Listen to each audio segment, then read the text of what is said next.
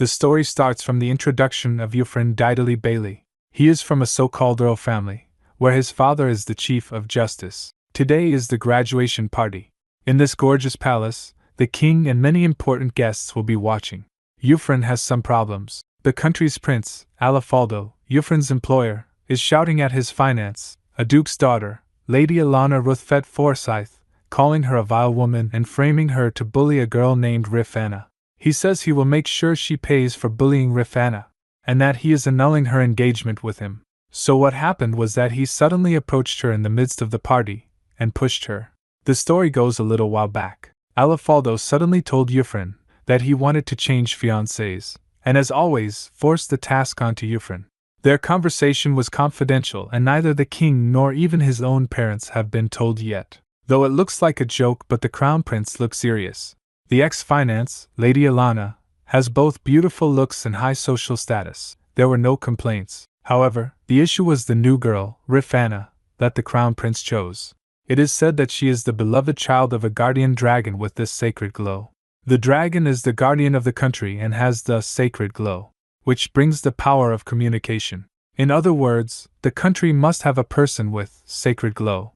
If the beloved child of the guardian dragon is despised or tormented, the country will be abandoned and destroyed. That is who the Prince Alifaldo has chosen as his new fiancée, thus no one is against it. However, whatever is happening right now is a different story. Euphrain feels bad that how daring the prince is to make such a declaration before His Majesty and the Prime Minister, who is Lady Alana's father. Lady Alana tries to stand her ground, but seeing there's no way out of it, she gets up from the floor and smiles, saying that she understands. As there are some procedures to be done for marriage annulment, she asks to excuse her. She turns around to walk away and trips, but Euphrain catches her, her eyes tearing up. Euphrain introduces himself, then says they were in the same class in the academy. Lady Alana doesn't seem to remember. She's been so devoted to the prince that she did not notice Euphrain. She asks him if it won't be a problem for him if he helps her. He says that it is okay. Euphrain says he felt a bit sick seeing what his friend, the prince, had done earlier. Later at the dinner table, Euphrain's father orders him to marry Lady Alana. His father says the Prime Minister, Lady Alana's father, is very angry, and the king is also troubled. That is expected. Being treated so poorly that day, it was natural for the Prime Minister to become an enemy. Alifaldo is the only prince of the country, so he was raised spoiled. Euphrain's father asks him if he had known about these already, if so why he let it go this far. Euphrain says that interrupting into this is the job of higher-up families who are considered friends. Also, he fell victim of Lady Rifanna's antics, and ended up reporting the rumors just like she wanted. It seemed like Lady Rifanna had been cajoling with the three closest aides of the Marquis. Euphrain was in different class so he was not involved, but because of that, Rifanna had a pretty bad reputation among the women. However, they didn't want to receive the wrath of the guardian dragon, so someone spread the rumor that Lady Alana is harassing Lady Rifanna. With just that, the prince labeled Lady Alana as an enemy without even thinking much, and tried to eliminate her. Lady Alana, even with her high social position, became a target of Lady Rifanna. Then again, Euphrain thinks that if he hadn't been influenced by Lady Rifanna, he wouldn't have been involved. Back to the marriage topic, Euphrain asks if isn't it too sudden to talk about marriage? His father says that is because the Prince Alifaldo has advised the king to banish Lady Alana from the country. It seems because the guardian dragon is in a bad mood. If the story about Lady Alana bullying Lady Rifanna was true, even the Prime Minister wouldn't be able to protect her. Euphrain wonders, he is sure on one is bullying Lady Rifanna out of fear of the guardian dragon. However, if the story was true, what would happen to Lady Alana? Conclusion of the discussion, Euphrain is marrying Lady Alana, and he has no choice on the matter. He nonchalantly accepts his fate. At the Prime Minister's mansion, furious Prime Minister rushes towards Euphrain and says while holding his two hands that he was moved by his brave appearance last night, and he is leaving his daughter in Euphrain's care now. Euphrain gives a warm smile and says he will give his all. The Prime Minister is surprised to see that Euphrain is so nice. Euphrain thinks to himself, the sudden decision of banishing Lady Alana without discussing with two families, maybe the guardian dragon is involved? Euphrain tells the Prime Minister that he is sure no one has messed with Lady Rifanna. He urges him to investigate it as discreetly as possible. Euphrain tells him to believe in his daughter. Hearing that, The Prime Minister hugs him, tearing up. Lady Alana is here. Seeing her, her father, the Prime Minister, hides his crying face to pretend tough. He tells her to take care of her health thoroughly in his strong usual voice. She bids her farewell to her parents, holds Euphrane's hand and apologizes for getting him involved in this.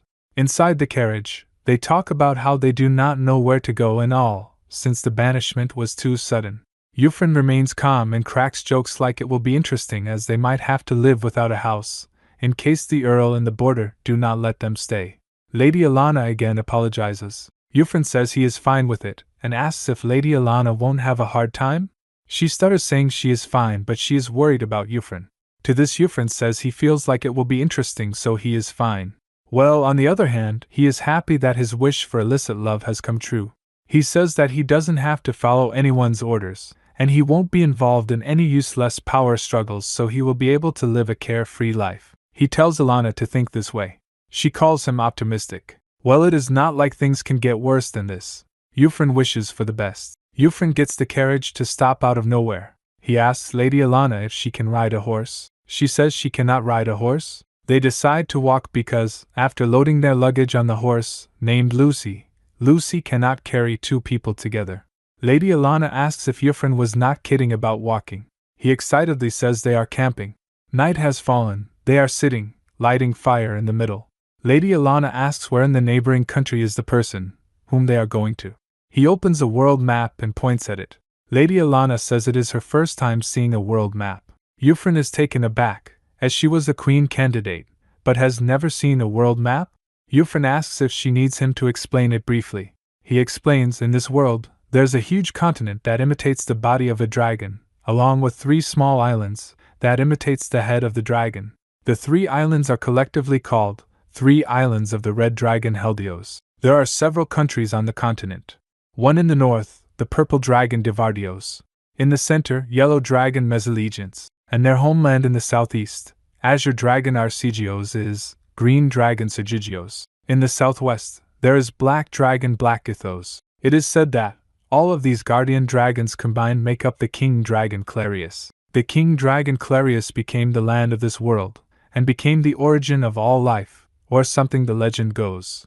Lady Alana then says the scales of dragons enrich their lives. Euphraine says she knows that at least. He brings out a dragon stone. Its glow is fading as expected. Dragon stones are the crystallized scales of the guardian dragons. The power of the dragon stones are said to be decided by the distance from the capital of the country. The guardian dragon's beloved child empowers the guardian dragon with her brilliance. If the guardian dragon's beloved child is cherished in a country, the dragon will become the guardian dragon of the country, and bring prosperity to the land. Soon, once Lady Rifana matures, the dragon stones will even be used in broader areas. Lady Alana then says, figuring out that dragon stones lose their ability once they cross the border. Euphraine asks if she did not know that before. Being embarrassed, she says it is because she has never left the country before. Anyway, Euphraine says the country they are in now has its own dragon stone. They will be alright if they buy some dragon stones when getting into town. Lady Alana excitedly asks if the dragon stones are used by commoners too. She's surprised that these are unexpectedly popular. Euphraine wonders if she really had queen education training, judging from her knowledge. They go to sleep as they need to get into town early tomorrow.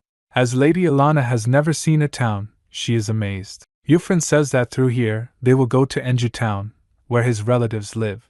The lady seems tired, he says, as they still have money. They are staying here for the night, and he wants to eat a decent meal also. Lady Alana's mood brightens up. Euphraine expected Lady Alana to be like a spoiled kid in this situation, saying she hates this and that, so he planned to fix such behavior of hers. Her speech and behavior became so different overnight. He thinks maybe she hasn't realized the situation she's in now. Then another character arrives, whom Euphraine refers to as Brother Carlet. He asks, being all bubbly, if Euphraine has been finally adopted by them. With his talent, even the stubborn old man would accept. Euphraine says to leave it for now and asks if he knows any good restaurants. Carlet notices a beautiful woman is sitting on the horse behind Euphraine. He expresses her beauty in fine description. Then, disturbed, Euphraine introduces her as his wife. Carlet is very surprised by that. Carlet excitedly and loudly says he cannot believe Euphraine has brought such a beautiful woman here. He calls out to guardian dragon Sergigios. He says it seems she has the protection of Sergigios. Euphron tells him to stop and that they are hungry.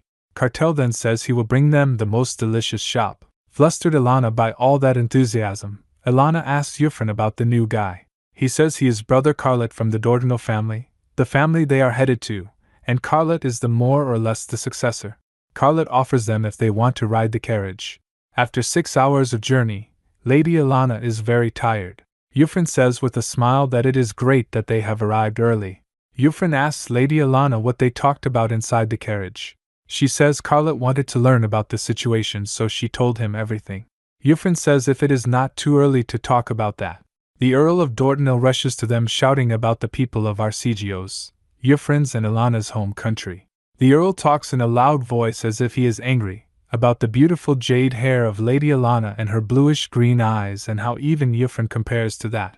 He says he is even more mad at the prince for abandoning his fiancée suddenly and annulling their marriage, and even banishing her to another country. The Earl does seem very mad. Lady Ilana is very confused, and so are the readers. To translate what Earl means is, "Welcome to the Dordinal family."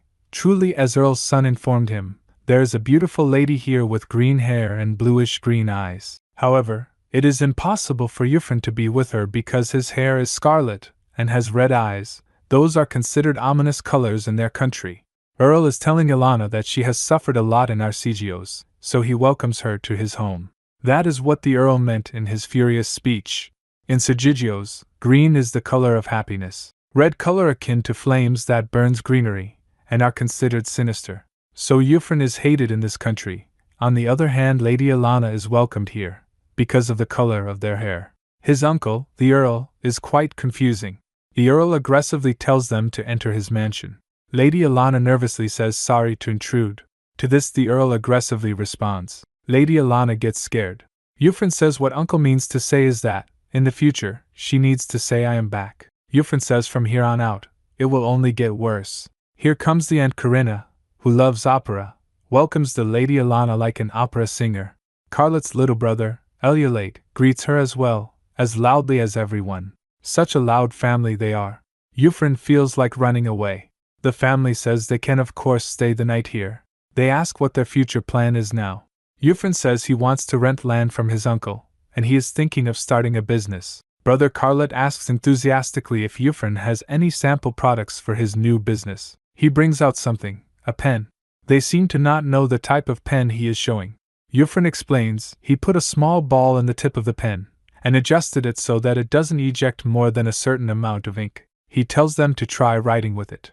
They say it is much easier to write it with. They ask if it is not difficult to make the small ball at the tip. Euphron says it is difficult to mass-produce it. He hopes to sell it to aristocrats at a higher price. Lady Ilana is dumbfounded. The pen was made on the request of the Prince Alifaldo. Lady Rifana was born a commoner, and apparently has mentioned that fountain pens and feather pens are difficult to use for her. Thus, the Prince Alifaldo consulted Euphron about a pen that would be easier for her to use. Euphron wanted to reject the request, but the other party was a prince. After spending a whole night, he ended up coming up with this. Aunt Karina says that it will be popular all over the city. She wants one. Euphron asks for 2 silver coins as the price. He is charging a bit much for this, the aunt says. Euphron has made hair ties by another request. It was also made for Lady Rifana. Elielate asks Euphron about another item he has. Euphron says that is soap. That is something he had made through another request. Judging from Lady Ilana's expression, she seems to know what soap is. This was also made for Lady Rifana. He had a hard time making it, but it can be mass-produced, and ladies would love it as a gift. Euphron then gives Lady Ilana soap as a gift. He thinks they look quite like a married couple right now. He thought she looked a little off, but somehow she seems alright right now.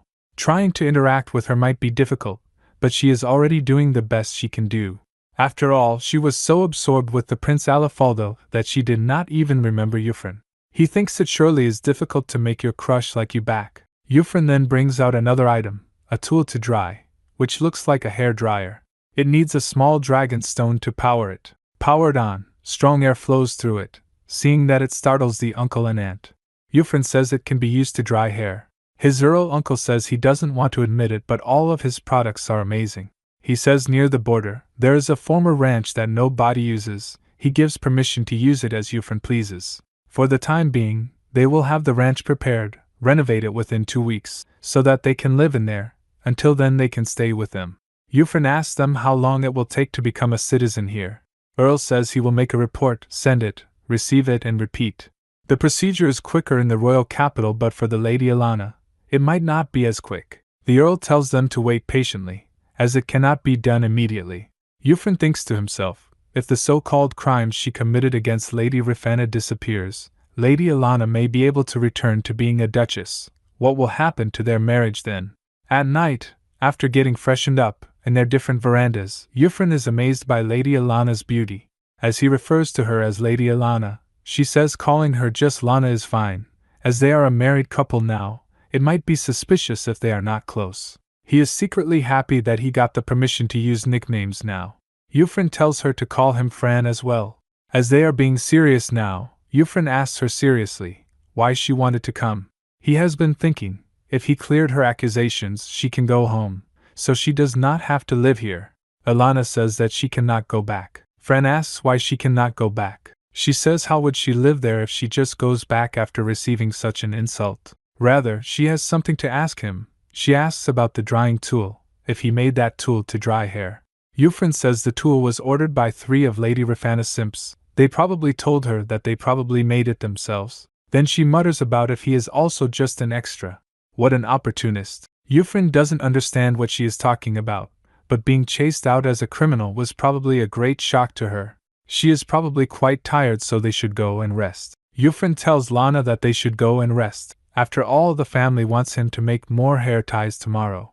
Lana then wishes him good night while smiling at him. She goes inside. Her goodbye smile makes him very happy that he blushes. The slightly unlucky, but ultimately the happiest honeymoon life of a young lady and a lax husband begins. When Euphron was 14, he was forced to debut in high society where he had no interest in.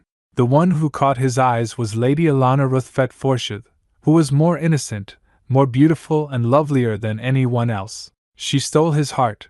At the same time he realized she was someone he could never have, so he smiled in defeat. He watched her from afar while refusing talks of marriage. But life is full of unexpected things. Back to the present, 10 copper coins for scrunchies, hair ties. Even though Euphron says it is a reasonable price, Alana says that it is too cheap, as 100 copper coins equals 1 silver coin, and 100 silver coins equals 1 gold coin. Lady Alana names the hair ties scrunchies. Euphron likes the name. Lady Alana feels proud naming them. Euphron tells her to come up with a name for the soap too. She asks if there is any scent or color on it, and how can he tell the differences. Euphron says maybe by its color? He figures if he does that, people can clearly see the differences in effectiveness. Euphron will make a prototype then. It seems interesting. He says he doesn't come up with ideas themselves, so it helps if Lady Alana gives him some ideas. Lady Alana says Euphron is a creator then. She says then she is counting on him while smiling at him. Euphron feels very motivated because of that smile of hers. Lady Alana seems to be hand-sewing scrunchies. She says it would be easier with a sewing machine. Euphron asks about sewing machine. She says it is a machine that automatically sews things. Euphron then asks if a palm-sized one will do. 3 days later, he really makes a small palm-sized sewing machine. Lana did not think that he would actually make one. Euphron thanks her, saying they are doing well producing scrunchies thanks to her. She says that they can do this much for the Earl family, as they are taking care of them. Euphron feels that enjoying newlyweds is out of character for an arrogant noble woman like herself. Brother Carlet then comes in with the good news. He says they have finished furnishing the ranch. Carlet will take them there tomorrow. He tells them there is naturally only one bed. Both Euphron and Lady Alana blush. Euphron tells Lady Alana to not worry, that he won't lay a hand on her. He says if it is a bed she needs, he will make one for her. Flustered Lana says okay, that is his speciality after all. Euphron wonders when the day will come when the two of them could sleep together. The next day, they have come to their new house. It is pretty shabby for 2 noble persons. Euphron suggests to eat something first. Lady Alana asks if he can cook. Euphron says he can cook simple food. It is her first time seeing an old stove. She wonders how to use it. Euphron says it needs to put firewood in the opening below. She then asks if it would be possible to use dragon stones to spontaneously light the fire with them. Euphron says it would not be entirely impossible, if he includes the effect to generate heat. Lana excitedly asks if he can also make a refrigerator. He asks about it as he doesn't know what refrigerator is. She says she was thinking that, a box that can keep the food cold so that it won't spoil. Something like that would be nice. Euphron agrees with the idea that if something like that he makes, they won't have to worry about having food soiled during summer. He thinks Lana is amazing. He says such a box doesn't exist, but it will be hard to operate without at least a medium-sized dragon stone. She asks if that would be expensive. 30 silver coins for at least one medium-sized dragon stone. They can narrowly afford to just get one silver coin. Euphron decides to ask Carlet. He says with a smirk in his face that they should be getting the payment from the soap soon, so it is fine to ask. If he can actually make the stove that doesn't use fire and the box that retains cold, he can sell them to nobles more than a gold coin. And if they can save up the money, they can renovate the house. Lana is excited about the plan. They go back to focus on cooking harmoniously. Lana is surprised that even though Euphron is the eldest son of a noble, he can cook. He says he is not the heir, so it is okay. His younger brothers are outstanding while he is not suited for the job. Lana still feels bad that he is stuck with her. He asks her how long she is going to keep saying that. Euphron says he feels refreshed that he doesn't have to be ordered around by them anymore. Lana says the Prince Alifaldo and others claimed that they created the stuff Euphron made. Euphron says it has always been like that. If the ones who came up with the ideas are the creators, then it's true. Lana gets super mad, saying they clearly stole the achievements from Euphron. She cannot believe that they only have their beautiful faces, yet they committed such deception so naturally. She is furious. She says he should be more angry about it while holding a knife. Euphron says he doesn't really mind it. He doesn't really have any imagination or desire. Lana says there should be patents, like rules in place for things he created. The things he makes are amazing, so the bad people like them, who are doing whatever they want, should be punished. Euphron was attracted by the fire in her eyes she has now from the beginning. When they first met, her eyes that were passionately fixed on Alifaldo created an intense mass of feelings toward the future that should have been long extinguished. Euphron was surely affected by the fire in those eyes. Lana yells at him if he is listening. She tells him, if someone comes asking him to sell the recipes, blueprints, or the rights to the things he made, mainly stuff like soap and dryer, he has to charge an exorbitant amount for them. She says soap is expendable, so 50 gold coins, the dryer blueprints are 30 gold coins along with 10% of their monthly profits. Euphron asks if it is not too much. She opposes furiously that it is only natural. The nobles can easily afford the price. The people who purchase the dryer blueprints can make a profit in no time. She tells him to trust her. Even though she looks like this, she was in charge of business strategies. She coughs from talking loudly so much. Anyway, she continues that claiming the rights of his products is also his duty. And if he gets 10% of the profits, he can earn money without having anything to do. Euphron asks, wondering if there will even be someone willing to spend that much money to buy them. She spins and says probably, as there is also the range and the refrigerator. She says the refrigerator blueprints should be at least 80 gold coins, and they will be able to make a grand mansion before they know it. Euphron says the soup is done, so let's eat and rest today. They will go buy some soup bowls tomorrow. He says he will sleep on the floor tonight. To this Lana blushes and thanks him. Euphron is a bit sad that Lana agreed to this so easily. In the morning, Euphron wakes up and his back hurts because of sleeping on the hard floor. Euphron is cooking. Lana comes in the kitchen yawning. She goes to wash her face. Fran is happy that he got to see her morning face right after waking up. They are at the market. They split up with Carlet to buy things. Euphron feels like it is a date. A kid calls out to them as newlyweds. He introduces himself as Waz, and that he handles livestock. He has heard from folks that they are the ones selling scrunchies. He says it is almost his mom's birthday, and he proudly says that even he can buy it for her with 10 copper coins. Then he asks them if they want to buy a chicken. One chick costs 10 copper coins. Euphron asks Waz how much is an adult chicken. He says 50 copper coins. He also has cows and sheep, though he recommends buying his goats. Euphron considers buying a sheep as they do need wool to make scrunchies. He then offers to trade a scrunchie for a chick. He compliments Waz, saying he is quite the businessman. Waz says he is nothing compared to Miss Regulus. She is a merchant of this town, so if he is going to do business, it will do well to get on her good side. Then Euphrain asks Waz if Fran and Lana are famous here. Waz says Mr. Clow, who runs a business in town, does not have a very high opinion of Euphrain. Mr. Clow kept complaining about Euphrain's dangerous hair color. Waz asks him if his hair is going to bother him, why not dye it? Euphrain says he inherited it from his mother. Her postpartum recovery was hard. He asks if Mr. Clow does not trust Euphrain, if he can trust Lana, his wife. Waz says, smiling, that she has a really soft color, she will be very popular in this country. Lana blushes a little hearing that. Then she says that she thinks the warm colors of Fran's eyes and hair are beautiful. Euphrain gets flustered by her nice compliment. Waz then says his goodbye to them, then departs. Lana wonders if everyone in the country is like Waz. Euphrain then says, pointing at Carlot, who was coming their way being a ball of energy as ever, the people of this country are just like him. The nobles and citizens of Alsagigios are obedient, and everyone stakes their lives to outshine others. Euphrain thinks as soon as the Prince Alifaldo ascends to the throne, the country will probably fall. Before heading back home, Carlot suggests they meet Mr. Clow. As they are going to stay here formally from now on, they should pay him a visit. Lana offers to go instead, but Fran says it's okay, he got it. As the head of the family, he will be embarrassed to leave it all to his wife. Well, he plans to work hard for Lana's sake as well. Mr. Clow is someone that the Daltonov family has commissioned to manage this town. Carlot says that he has been provisionally given the rank of baron, so he's a noble. From Euphrain's and Lady Alana's current standing, Mr. Clow is someone in a higher position than them. Carrot tells them to not fret, as he is passionate about the craftsman's spirit. Mr. Clow appears. He's quite an intimidating-looking man. Carlot introduces Euphrain and Lana to Mr. Clow. Seeing Lana, Mr. Clow says she is indeed a beauty which is wasted on a red-headed guy. Euphrain takes the criticism in their very first meeting calmly. He cannot deny that Lana's beauty is wasted on him statement.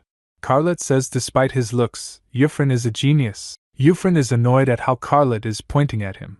Mr. Clow is annoyed, saying if he has made that confusing dragon stone tool, he criticizes it, calling it a convoluted. Euphrain says he doesn't make any convoluted, all he has to do is carve the effect into the dragon stone. There are some more people now staring at Euphrain annoyingly. A muscular woman says that Euphrain is not really aware of anything here. She introduces herself that she is Regulus. She works as a merchant in this town. Euphrain says he has heard about her from a local boy, that she has built her own business. Regulus says that that's just perfect, she wanted to meet Euphrain. It gives Euphrain chills. She continues, inputting such convoluted order into such a confusingly complex design tool is not something Euphrain can normally do. Lady Alana then steps in. She says the selling rights to Euphrain's invention belongs to her, so the negotiations will be arranged and handled by her. She says she plans to have Euphrain invent much more in the future. Profits, revolution, all brought upon by Euphrain will change this country. Regulus seems to like Lana's business spirit. She agrees to negotiate with her excitedly. Euphrain is just standing there. Regulus mentions the product, the dryer. She says they have received their blueprints, but creating something like that is beyond their craftsman's ability. They can manage to make the tool, but the issue is the effect. The carved dragon stone, the complexity of that dragon stone is not so simple. So Regulus wants Euphrain to teach her elder brother, who is a dragon stone crafter, how to carve the effect on the stone. For this she offers 50 silver coins. Lana then says with a smirk if Regulus can only provide them with 50 coins. She adds that unless Regulus includes the profits coming in after this hits the market, Lana refuses to accept the terms. Regulus's eyes widen and smiles. She says Euphrain has a very lovely wife. She offers 2% and that she won't go any further. To this Lana says that just 1% is fine, they will be in their craftsmen's care in the future after all. They shake hands making the deal. Euphrain hesitantly calls Lana, but she says that is okay because Regulus is reasonable. Euphrain feels he let two people meet who should never meet. At home, happy Lana says she will call Fran and when the dinner is ready. Euphrain is also happy and shy that it feels like they are actually a couple. At the dinner table, there are dishes Euphrain cannot recognize. He tastes all of the dishes and says all of them are delicious. She is happy to hear that. She says she is glad they have soy sauce. Lana then says that her idea for tomorrow is that she will make scrunchies for Fran, and Fran will make the refrigerator and the range. He refers to it as the cold box for food. Lana wants him to make the range in a way so she can control the fire for the range. She also says it will be great if Fran adds 2 or 3 fires going at the same time. Fran says it will not be impossible. She thanks him, being super happy. Fran blushes and asks if she has any other requests. She says if he can have the refrigerator 3 shelves inside.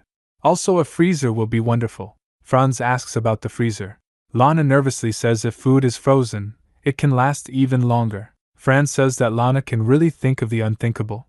Then she goes to talk about the microwave so the leftover food can be eaten later too, but she hesitates and stops. Fran says that it is okay, he doesn't want to put her on the spot, so she can tell him how she comes up with the ideas when she is ready. Fran wants to get a head start on making them, so he asks if he can leave the rest. Lana says yes. Then he thinks to himself that a majority of the dragon stones they have bought are small.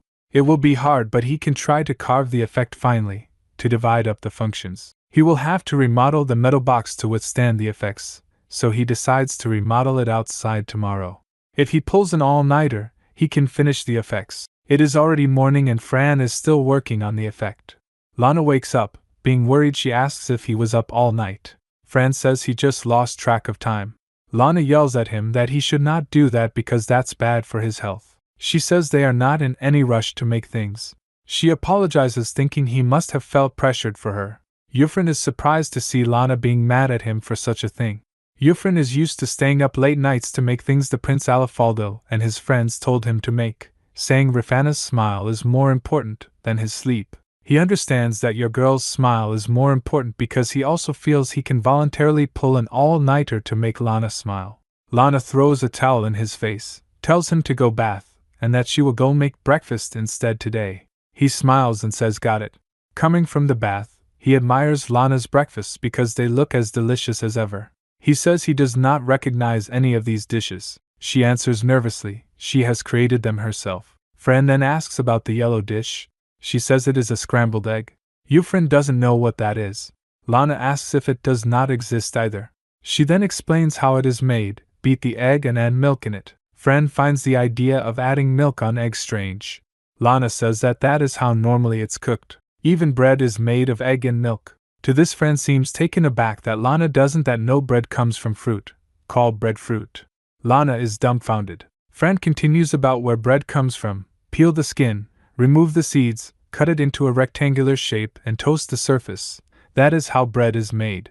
Lana is astonished that all the bread she has eaten in her life were all fruit. She then asks about the sliced bread at the bread shop. Fran says those are also breadfruit. Lana is speechless. Then she furiously shouts that she has been deceived. No wonder the bread tasted strange here. Was the one who named the bread an idiot? Fran calls out to her nervously. Lana realizes she lost control. She then apologizes for shouting. Then they continue to eat. Anyway, Fran finds the scrambled egg very delicious. Fran says that it is very delicious, with a soft smile.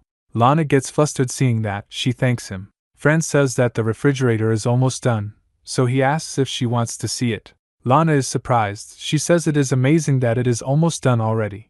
It reminds him of the jerk Prince Alafaldo who did not appreciate his works. Fran chuckles and calls Lana a strange person. Lana gets so flustered that she becomes red. Fran worries if she has a fever. Lana gives another idea about washing machine and oven, though she feels bad as Euphron is already busy with previous concepts. Lana explains, a washing machine is a dragon stone tool that automatically does the laundry, and an oven is a simple tool that bakes food to golden brown, kind of like a stone kiln. Imagining the image of these tools, Euphron says they are going to be the same size as refrigerator and range, then it will have to use a middle-sized dragon stone. The average price of a dragon stone is 50 silver coins, 40 if it's cheap. Lana is disheartened. Fran says he can make a stone kiln if she wants one. Lana says that she does not know how to use a normal stone kiln though. Fran is into deep thoughts. Then Lana offers to make him some delicious food, but she really wants to bake some wheat bread. She is earnestly requesting him to make her an oven. It touches his heart. He says he will make her a stone kiln before the day ends. She is interested in a stone kiln too. Lana is very happy and excited. She will treat Fran with some delicious bread. Then someone knocks at the door. Regulus comes in enthusiastically. She has brought her elder brother Grice, the dragon stone crafter. He seems to be a bit shy and awkward person, unlike his sister, Regulus. Lana asks what is a dragon stone crafter. Dragonstone crafter is a craftsman who carves effects into a dragonstone. They use a special pen known as a dragon pen to carve the effects, Fran explains. Unlike himself, who is an untrained enthusiast, Grice is a pro who makes a living from it, Fran says to Lana. Lana tells him to not say such a thing in front of a pro. Regulus says that firstly, they make a temporary house while the repairs are underway, then they will move their bedding. The plan is to have everything done in a week. Then Mr. Clow comes in, breaking the door. He is mad that they did not come to get him to visit the new couple for business. Regulus and Mr. Clow are bickering. Euphron is frustrated about why the people at Sagigio's are so loud. Fran initiates the conversation with Grice. Grice nervously says that it was on Regulus's request, and he heard that he could see a blueprint with a pretty unusual effect carved. Lana figures Grice is talking about the dryer. Fran seems to feel pressured as he will be teaching a pro. Fran asks if it will be okay after he makes the refrigerator. What is a refrigerator? Lana's demeanor changes into an elegant noble. She says they were just about to have a demonstration. Everyone here will witness how much of a genius Euphron really is. If this has piqued their interest, Lana requests 80 gold coins for the refrigerator blueprints, and 10% of their monthly profits. Mr. Clow and Regulus say that is quite a lot. Lana tells them to pay attention. As this country's food culture will change, she will show Euphron's true worth. Fran abruptly stops her. He asks to not raise it too high. Lana smilingly says that it is fine. She tells him to wait and watch. She will make sure that he knows the actual value of his talent. Euphron has made the refrigerator. He is turning it on in front of everyone. He cuts a bit of his fingertip and drops a few drops of blood on the dragonstone, which is above the refrigerator. The dragonstone core shines after being given some blood. The lights come from the effects of it being embedded into the stone. The blood hardens and turns into a fixture that supports the dragonstone. After letting it adapt to the stone for some time, it can now function as a dragonstone tool. Because Euphron had planned for the dryer to be interchangeable, the dragonstone he used on the dryer was grounded up to a round shape. The dryer was much easier to make than this refrigerator. Seeing blood in Fran's hand, Lana panics. She holds his hand panicking. She did not know this requires such a scary process of using blood. On the other hand, Euphron is panicking that Lana is holding his hand. He finds her hands very soft, small and warm. Patching up his cut, they go back to the refrigerator. Mr. Clow wonders if something is happening. Grice notices something. It is cold. Regulus, Grice, everyone is surprised. Euphron says he has built the top to be at freezing temperature as Lana described, and designed it so that the cold from there makes its way downwards. Lana's noble demeanor comes back and asks what Miss Regulus thinks about it. Just by putting the food inside, she can greatly delay the decomposition process. Regulus is in disbelief, to think that not only it is remarkably colder than an underground storage, but it is also possible to do so with a medium-sized dragonstone. Lana offers the deal again of 80 gold coins and 10% of their monthly profits, and Regulus accepts the offer in a heartbeat. Seeing such a crazy deal being done, Euphron tells her that the refrigerator is just a prototype. The box may not be able to hold the power and break. He asks for 1 month to at least test it before selling the blueprint. Regulus then complains that 1 month is too long to wait for it. She's sure that it will be sold out at the castle in the blink of an eye. They did not know Euphron was a former nobleman. Seeing such an invention like the refrigerator, Grice seems upset that a former nobleman's skill is above his. He says there's no way he can do something like this. Euphron had to learn about these because the Prince Alifaldo and his friends told him to. That's why he was only slightly above an amateur, or so he thought he was. Now Regulus wants to recruit Euphron in her company. Lana stops her. She holds the full ownership over the selling rights. Not being able to go past Lana, Regulus strikes another deal. She requests the right to claim first pick on Euphron's inventions. Lana immediately approves. Then Regulus talks about guiding her older brother about the dryer blueprints. Upset, Grice asks Regulus if she's planning on having him make a dryer. He cannot do it unless it's a large-sized dragonstone. Then Regulus provokes him a bit. Then he lashes out about his 10 years of training and all. Lana feels super proud about Euphron's overwhelming passive-aggressive recognition. Nervous Euphron says the dryer is not that complicated. Grice snatches the blueprint from his hand and looks. He agrees that it is not that complicated, but there are a lot of things to do. He asks his sister if she has a medium-sized dragonstone prepared. Euphron tells them about a smaller size one, and Regulus and Grice look at him in surprise. Lana then asks Fran if he understands now. The Prince Alifaldo and his friends were abusing his talent and time without any proper compensation. Fran says it still doesn't feel real to him, but he feels like he gets it a little. Lana says she is different from the Prince Alifaldo and his friends. She will make sure to properly pay him for his hard work. She seems to realize something suddenly. She wonders if the deal was not enough. Euphron thinks to himself while looking at her warmly. Lana has taught him that he has such a talent. She huffed in anger because of someone like him. He went through trial and error for the gifts they wanted to give the girl they liked. He felt envious that they had ideas to give about the gifts for the girl. From now on, he makes up his mind to make things only for Lana and Lana alone. He is very thankful to Lana that no one else but she has shown him the talent he possesses. Mr. Grice is focusing on carving effects on the stone with the practiced dragon pen that can be used to both write and erase. His sister Grice is cheering him on. Euphron asks Mr. Clow if he can make him a stone kiln. Hearing that, Regulus turns around and asks excitedly what he is gonna do with a stone kiln. Lana excitedly responds that she is going to bake some bread, proper bread from wheat. Not any enthusiastic response she's getting from Regulus, as that is expected since bread comes from a fruit. Lana is confused and asks what they use the wheat for then if not for bread. Her knowledge does not coincide with theirs, hence the confusion. Regulus says they use it whenever they make pasta and pastries. She then mutters that the inconsistency of the creator's knowledge is scary. Lady Alana seems to break the fourth wall quite often. Fran says they can make the stone kiln from the feed they got from training Grice. Regulus joins, saying she wants to try the wheat bread Lana is planning to bake. Then she says that she wants to buy the dryer blueprints now, so asks if they can sell them. Regulus also wants Grice to master the refrigerator's blueprint, so she will ask someone else to make the dryer. Madame Dulcinel and Regulus have already planned on promoting it. Euphron is surprised that his aunt is in it too. Lana just got a good idea to sell. She offers 1 silver coin. Those two start to discuss it excitedly as ever. So Fran goes to check on Grice's training. Mr. Clow fidgets to ask Euphron if he can make him the refrigerator machine. He says he will buy the dragon stone for it. If possible, he wants it right away. Mr. Clow doesn't want a moment to lose. Lana says it is not up for sale yet though. Euphron asks why he should make him one. Mr. Clow really wants to taste cold pudding. He thinks if pudding could be cool, it would taste more delicious. The thought of this makes Mr. Clow very excited. Eating a cold pudding after a day's work is what he looks forward to in life. Lana asks Fran if he can make him a small refrigerator, around 30 to 40 centimeters. Euphron makes it right away.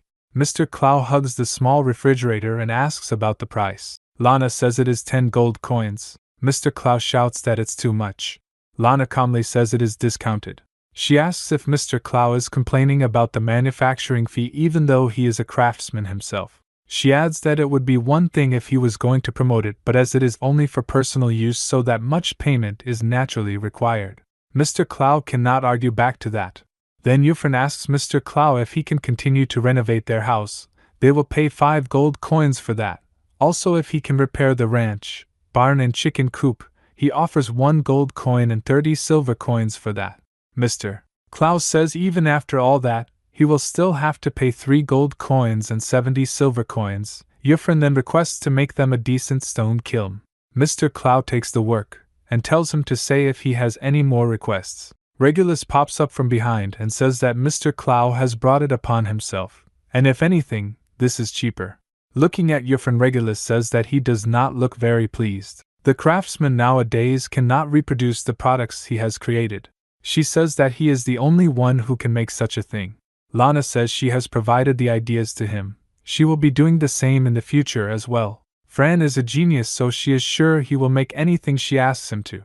True, Euphron does want to make anything Lana wants. Then Lana says loudly that she will sell his invention at a fair price and restore his honor.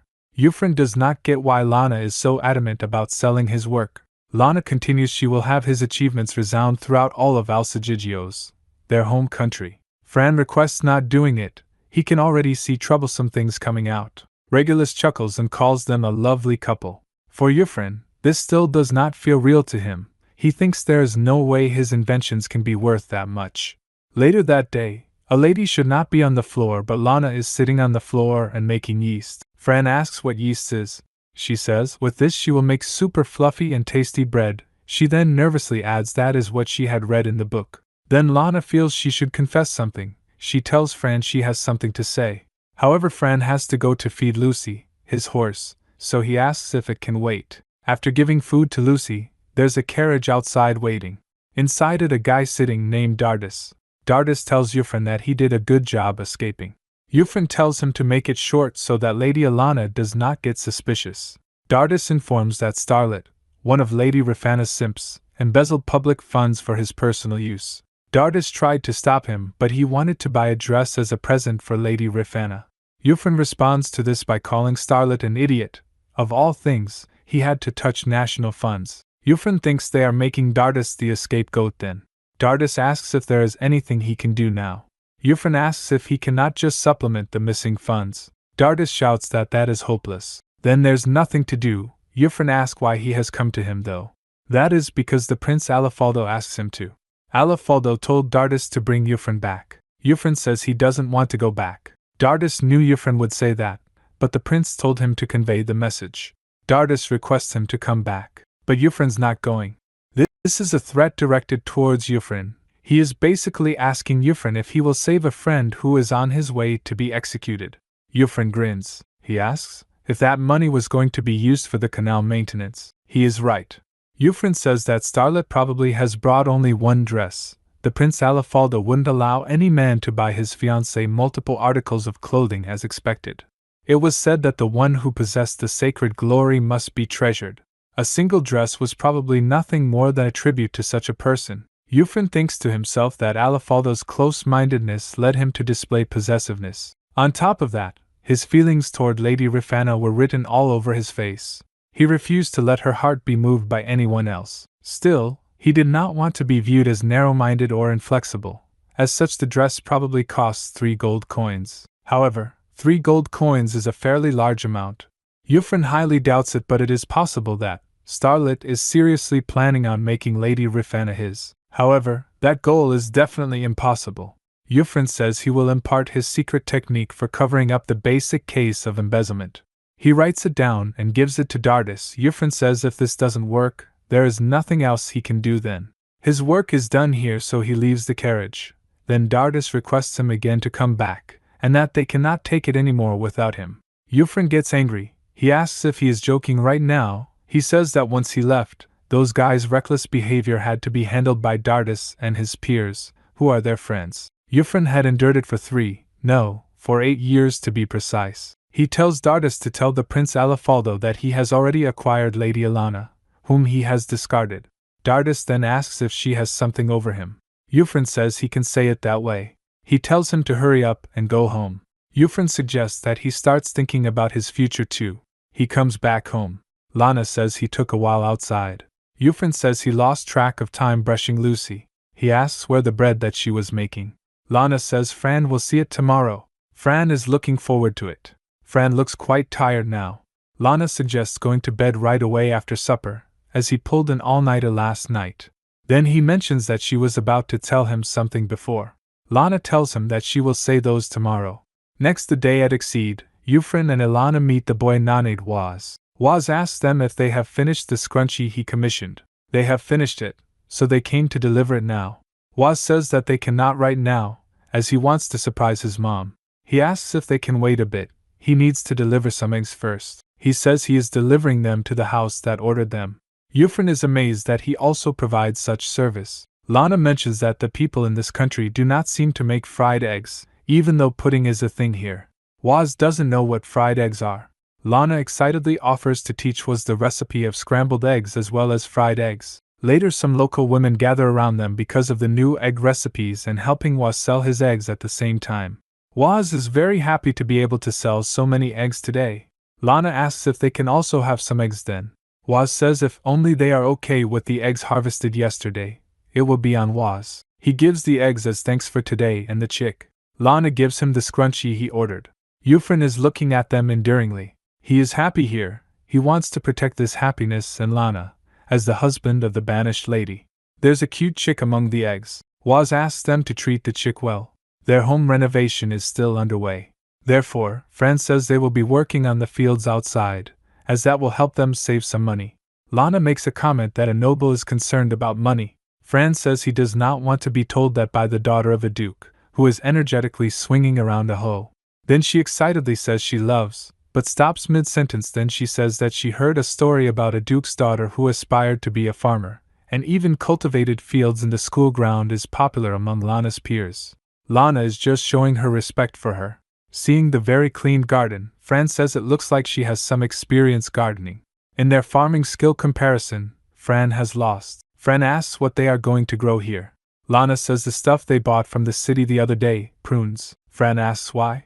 Lana says it is to keep Fran healthy, of course. He says he hasn't been pulling all-nighter recently, and he is not particularly unhealthy or anything. Lana mentions the blood process. She did not know anything about having to use blood for Dragonstone tools. He had make one for Mr. Klaus too on such a short notice. If he has to do that every day, he will collapse from anemia. Unable to argue back, Fran apologizes. That's why Lana has decided to cultivate prune, which is high in iron, to make some jam from it for Fran to eat. She mutters about growing some spinach, and when they are in town, she will have him eat some liver. Fran then tells her that he has some iron supplements, so it's fine. These are sold in the city as Dragonstone craftsmen often use these. Lana then talks about his injuries, when cutting finger to draw blood. There are herbal patches for that. She also talks about the scars, if he has any. He has none at all. Lana sulks, saying that is fine then. Fran finds her cute. Lana says it feels like this is his true self. Before coming here, Fran used to constantly smile that felt superficial, but he is not like that anymore. Then Fran makes a superficial smile and tells her if it is not to her liking, he can go back to that character. Lana says she is fine with it. She asks if he is doing that on purpose.